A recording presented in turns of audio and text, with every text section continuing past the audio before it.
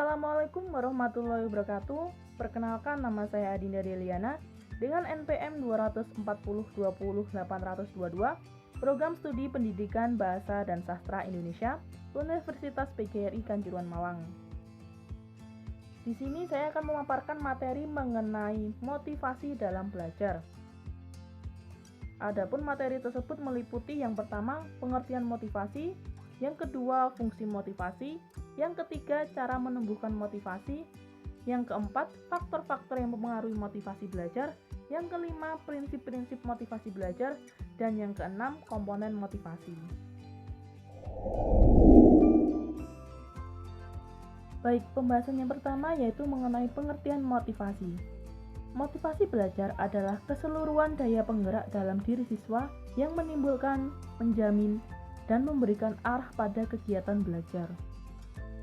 Motivasi belajar bisa berasal dari diri siswa sendiri atau intrinsik dan dari faktor luar atau ekstrinsik. Motivasi belajar dapat ditingkatkan dengan mencoba hal-hal yang baru, yang positif, mengerjakan tugas sebelum diperintahkan, meluangkan waktu untuk belajar, memperhatikan guru saat jam pelajaran, dan tidak malu untuk bertanya. Motivasi belajar juga dapat dipengaruhi oleh harapan, tujuan, dan cita-cita siswa. Dengan demikian, motivasi mempunyai peranan yang penting dalam aktivitas belajar. Tidak ada orang yang melakukan aktivitas belajar tanpa motivasi. Tidak ada motivasi berarti tidak ada kegiatan untuk belajar. Secara etimologis, kata motivasi berasal dari kata motif atau yang artinya dorongan, kehendakan, alasan, atau kemauan. Motif adalah setiap kondisi atau keadaan pada diri seseorang yang siap untuk memulai atau melanjutkan seperangkat perilaku.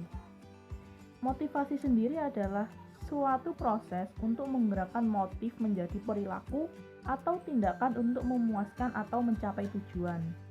Dengan demikian, motivasi belajar adalah tenaga-tenaga yang membangkitkan dan mengarahkan perilaku individu untuk belajar. Sementara itu, menurut Suralaga, motivasi belajar merupakan kekuatan yang menggerakkan dan mengarahkan perilaku ke arah tujuan atau belajar. Kunci dari kekuatan itu adalah di tangan individu masing-masing. Hal tersebut karena motivasi merupakan isu kompleks yang tidak hanya bergantung pada apa yang ingin kita lakukan, tapi juga ketepatan dari perilaku tersebut. Jika motivasi dilihat dari sudut pandang orang yang melakukannya, maka orang tidak pernah tidak termotivasi. Namun, bisa jadi ia terjebak pada perilaku yang sebetulnya kurang tepat, sehingga seringkali dibutuhkan orang lain untuk mengarahkannya. Nah, dapat disimpulkan bahwa motivasi belajar adalah kekuatan psikis yang mengarahkan kita untuk melakukan perilaku belajar yang tepat untuk mencapai motif atau tujuan dari belajar itu sendiri. Pembahasan yang kedua yaitu fungsi motivasi. Menurut Sadirman, fungsi motivasi belajar diantaranya adalah sebagai berikut. Yang pertama, mendorong manusia berbuat, yaitu sebagai penggerak dari setiap kegiatan yang akan dikerjakan. Yang kedua, menentukan arah perbuatan, yaitu ke arah tujuan yang ingin dicapai. Dengan demikian, motivasi memberikan arah dan kegiatan yang harus dikerjakan sesuai tujuannya. Yang ketiga yaitu menyeleksi atau menentukan perbuatan-perbuatan yang harus dikerjakan guna mencapai tujuan dengan menyisihkan perbuatan yang tidak bermanfaat bagi tujuan. Selain itu, ada fungsi lain dari motivasi belajar menurut Purwanto, yaitu untuk menggerakkan, mengarahkan, dan menopang tingkah laku manusia. Dapat disimpulkan bahwa fungsi motivasi dalam belajar adalah sebagai tenaga penggerak untuk mendorong, mengarahkan, dan menentukan siswa untuk melakukan suatu tugas atau perbuatan untuk mencapai tujuan belajar. Pembahasan materi yang ketiga yaitu cara menumbuhkan motivasi. Menurut Hamalik, cara untuk meningkatkan motivasi belajar adalah sebagai berikut. Yang pertama, kebermaknaan. Siswa termotivasi belajar apabila hal yang dipelajari mengandung suatu makna tertentu baginya. Maka, untuk menjadikan pelajaran bermakna bagi siswa, caranya adalah dengan mengaitkan pelajaran dengan pengalaman masa lampau siswa, tujuan-tujuan masa datang, dan minat serta nilai-nilai yang berarti bagi mereka. Cara yang kedua yaitu modeling. Pelajaran lebih mudah dihayati dan diterapkan oleh siswa jika guru mengajarkannya dalam bentuk tingkah laku model, bukan dengan hanya berceramah atau menceritakan secara lisan. Dengan model tingkah laku ini, siswa dapat mengamati dan menirukan apa yang diinginkan oleh guru. Cara yang ketiga yaitu komunikasi terbuka.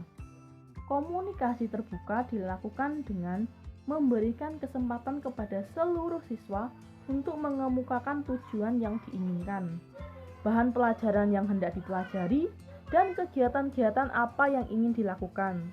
Kesempatan itu berarti menyalurkan minat siswa untuk belajar lebih baik. Cara yang keempat yaitu hubungan pengajaran dengan masa depan siswa. Pelajaran dirasakan bermakna bagi diri siswa apabila pelajaran itu dapat dilaksanakan atau digunakan pada kehidupannya sehari-hari di luar kelas pada masa mendatang. Untuk itu, hendaknya guru menyajikan tentang macam-macam gagasan dan tentang macam-macam situasi yang mungkin ditemui oleh siswa pada waktu mendatang. Cara yang kelima yaitu prasyarat.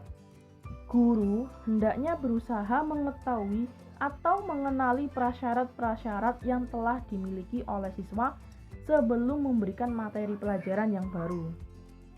Bertitik tolak dari keadaan siswa tersebut, guru akan lebih mudah menyesuaikan pelajarannya, sehingga membangkitkan motivasi belajar yang lebih tinggi di kalangan siswa.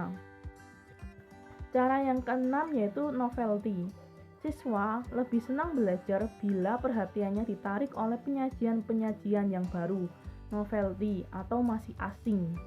Guru dapat menggunakan berbagai metode mengajar yang bervariasi, berbagai alat bantu, tugas macam-macam kegiatan yang mungkin asing bagi siswa.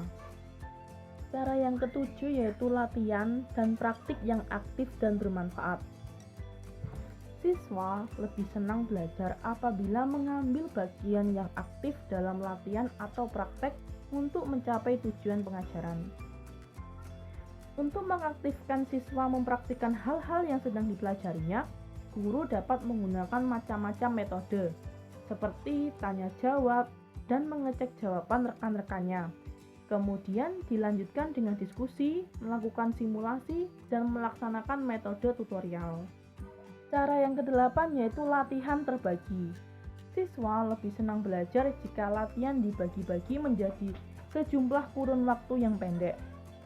Latihan-latihan secara demikian akan lebih meningkatkan motivasi siswa belajar dibandingkan dengan latihan yang dilakukan sekaligus dalam jangka waktu yang panjang. Cara yang selanjutnya yaitu kurangi secara sistematik paksaan belajar. Pada saat mulai belajar, siswa perlu diberikan paksaan atau pemompa. Akan tetapi, bagi siswa yang sudah mulai menguasai pelajaran, maka secara sistematik pemompaan itu dikurangi dan akhirnya lambat laun siswa dapat belajar sendiri. Pembahasan materi yang selanjutnya yaitu mengenai faktor-faktor yang mempengaruhi motivasi belajar. Menurut Suralaga, faktor-faktor yang mempengaruhi motivasi belajar diantaranya adalah sebagai berikut. Yang pertama, cita-cita atau aspirasi. Cita-cita atau aspirasi adalah suatu target yang ingin dicapai. Penentuan target ini tidak sama bagi semua peserta didik.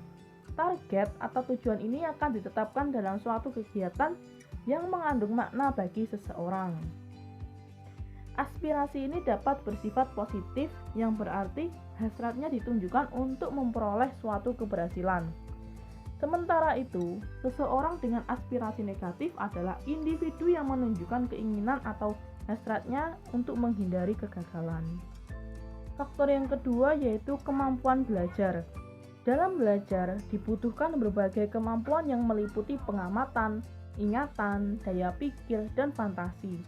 Makin baik pengamatan seseorang, maka jelas tanggapan yang terekam dalam dirinya, sehingga mempermudah mengingat, memproduksi dan mengolah suatu pengetahuan, sehingga ia akan mendapatkan sesuatu yang baru.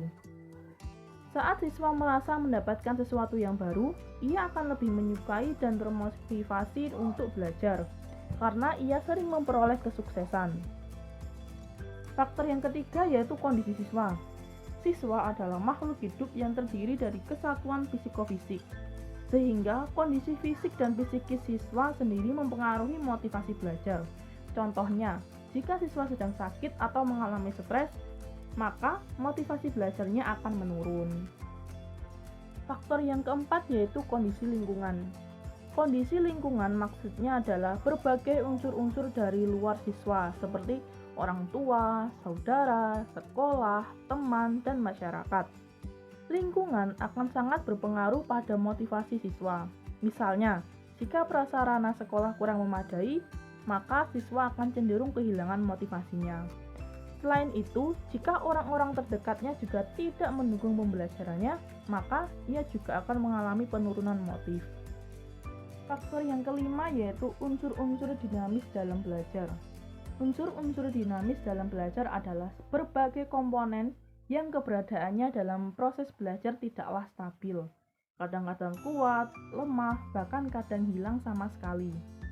Khususnya kondisi yang sifatnya kondisional, misalnya keadaan emosional siswa, gairah belajar, dan situasi dalam keluarganya. Yang keenam yaitu upaya guru membelajarkan siswa. Upaya yang dimaksud di sini adalah bagaimana guru mempersiapkan diri dalam membelajarkan siswa, mulai dari penguasaan materi, cara penyampaiannya, menarik perhatian siswa, dan mengevaluasi belajar siswa.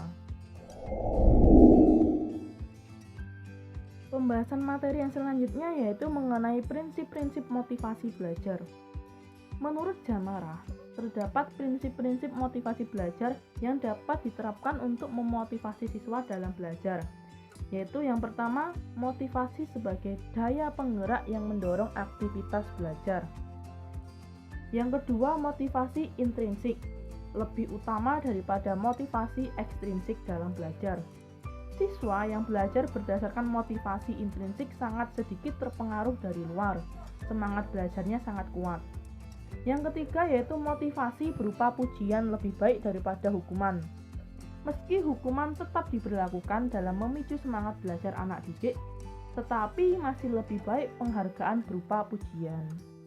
Prinsip yang keempat yaitu motivasi berhubungan erat dengan kebutuhan dalam belajar.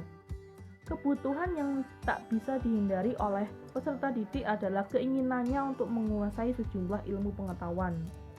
Prinsip yang kelima yaitu motivasi dapat memupuk optimisme dalam belajar. Siswa yang mempunyai motivasi dalam belajar selalu yakin dapat menyelesaikan setiap pekerjaan yang dilakukan. Prinsip yang keenam yaitu motivasi melahirkan prestasi dalam belajar. Dari berbagai hasil penelitian selalu menyimpulkan bahwa motivasi mempengaruhi prestasi belajar. Tinggi rendahnya motivasi selalu dijadikan indikator baik buruknya prestasi belajar seorang siswa. Pembahasan materi yang selanjutnya yaitu mengenai komponen motivasi.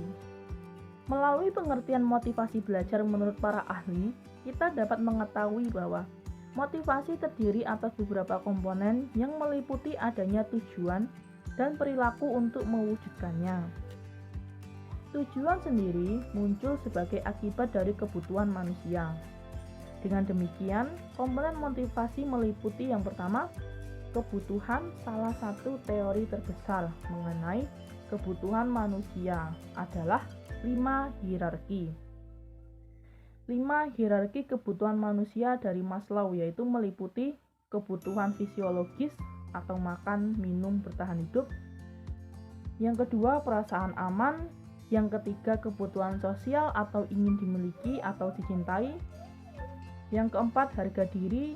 Dan yang kelima, aktualisasi diri atau menggapai cita-cita bermakna.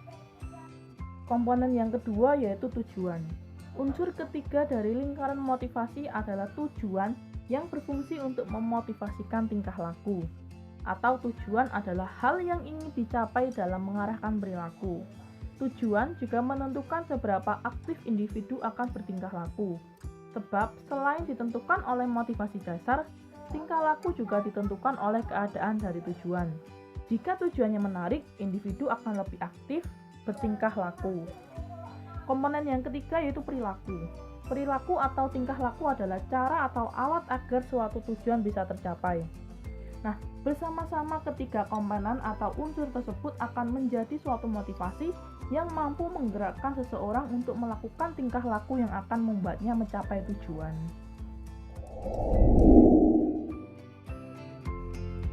Baik, itu tadi adalah penjabaran materi mengenai motivasi dalam belajar yang bisa saya sampaikan. Mohon maaf bila ada salah kata. Sekian dari saya. Terima kasih. Wassalamualaikum warahmatullahi wabarakatuh.